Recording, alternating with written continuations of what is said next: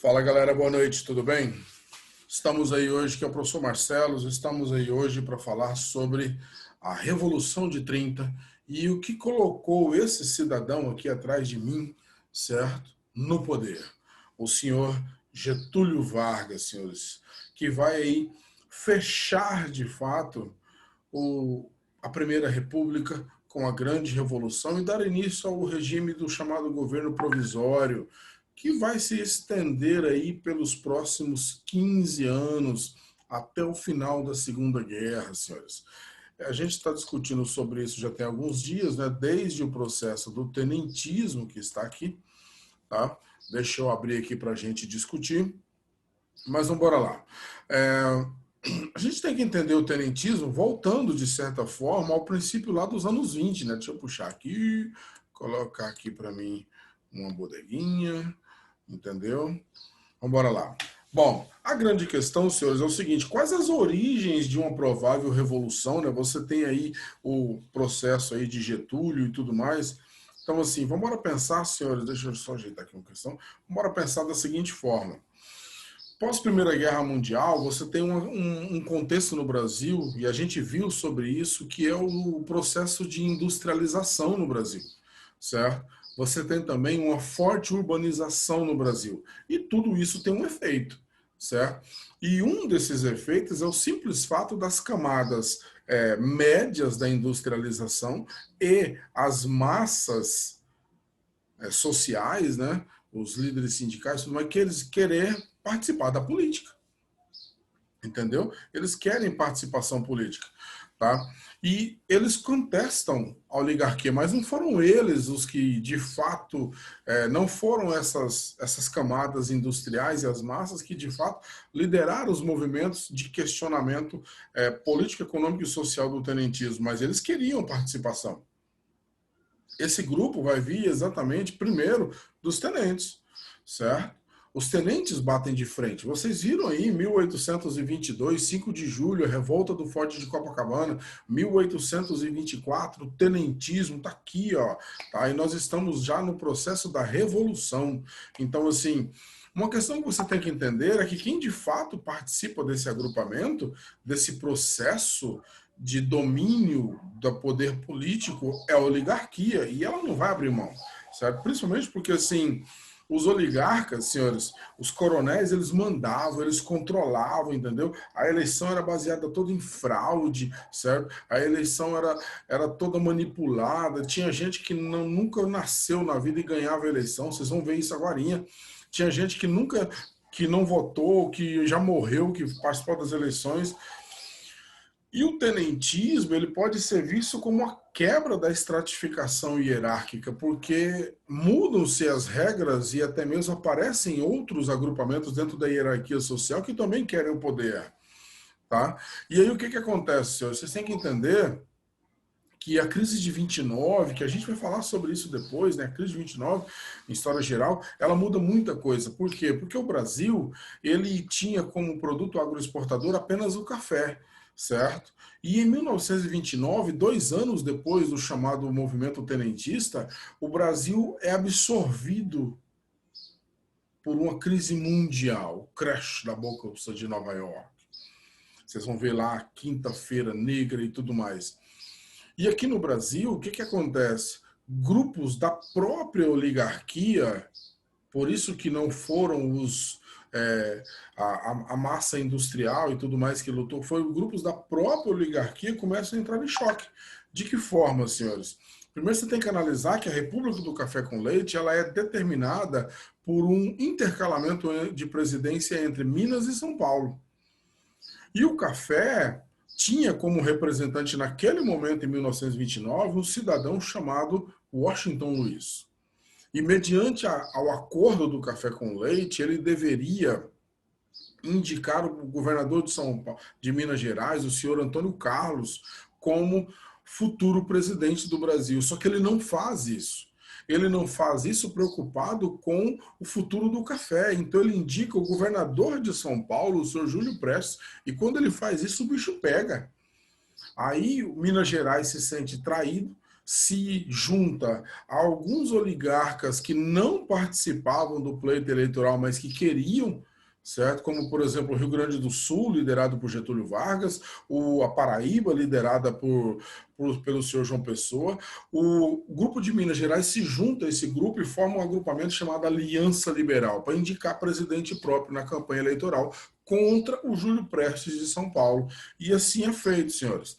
É feito um acordo do senhor Antônio Carlos, porque o senhor Antônio Carlos de Andrade, porque ele até tentou pensar, pô, eu vou me candidatar. Mas quando ele viu que a coisa ia feder mesmo, que ele não ia ter voto para isso, que Getúlio era muito forte, João Pessoa era muito forte, ele decidiu apoiá-los, certo? Ele fez um acordo em junho de 1929, chamado de Pacto do Hotel Glória, certo? Que é o acordo onde ele vai apoiar esse movimento e eles iniciam esse processo. E a coisa já desgrenha por ali, porque já tinha uma ala radical dizendo o seguinte, olha, se a gente perder, certo? A oligarquia não se mantém.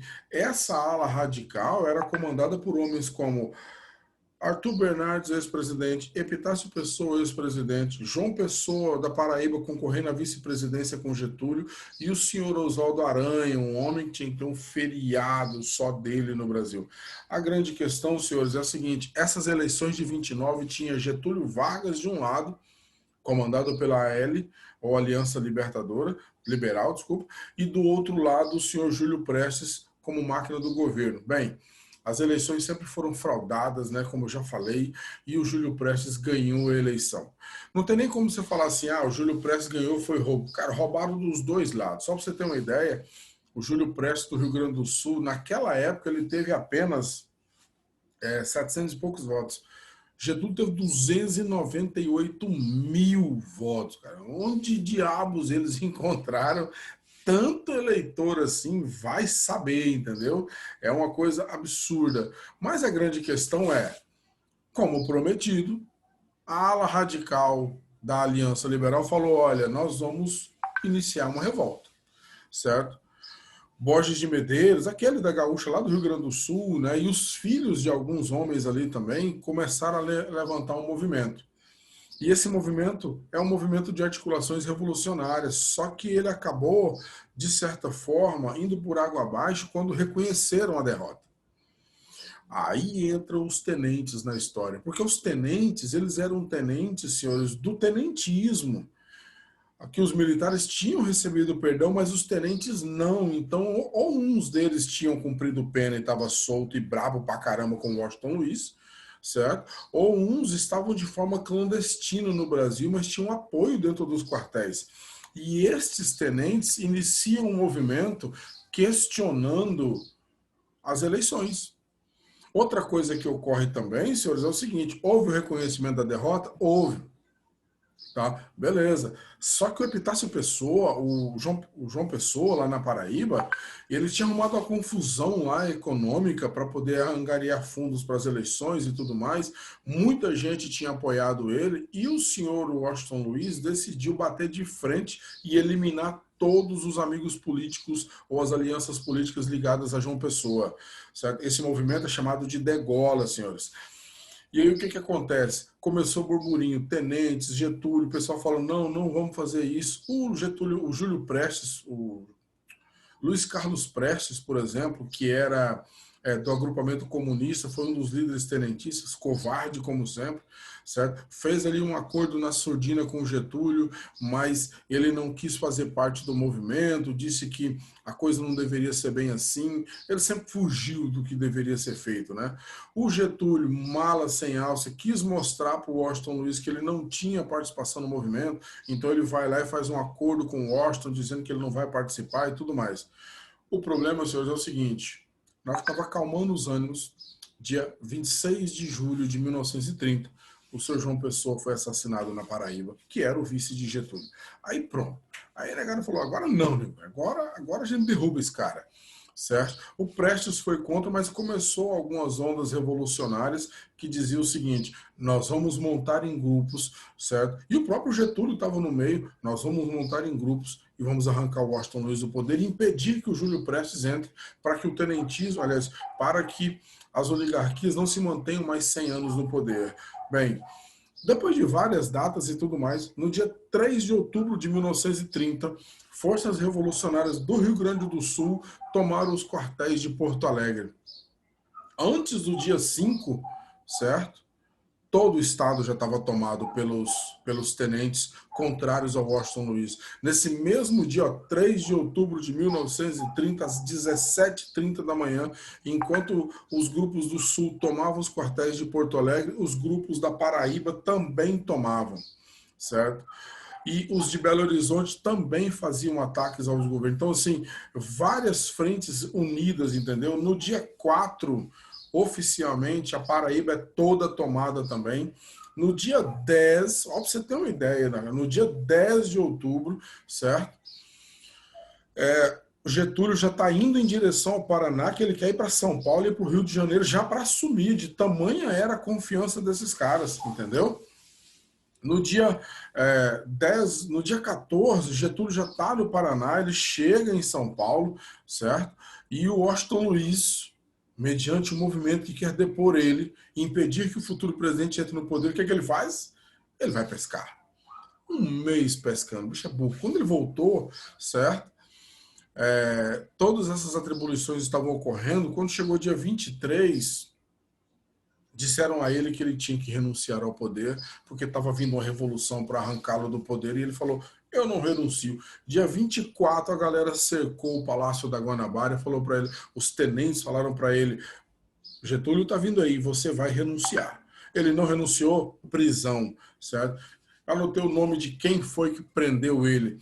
O senhor Tasso Fragoso, general, que seria o líder do movimento, certo? O senhor João Fernandes, o ministro de guerra, o senhor Isaías Noronha, o chefe da Marinha, e o senhor Afrânio Melo Franco, ministro das Relações Exteriores.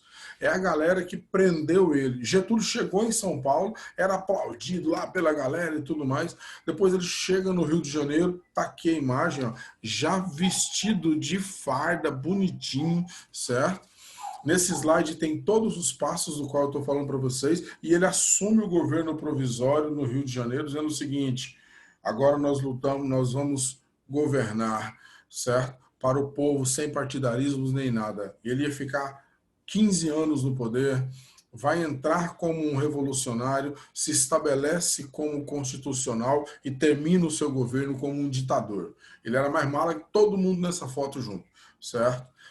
Eles assumem oficialmente no dia 30/10, quando ele chega no Rio de Janeiro, e ele já é saudado como líder do movimento provisório, que vai assumir o governo. O senhor Washington, os países como Estados Unidos e tudo mais, reconhecem Getúlio como líder de um movimento revolucionário, certo?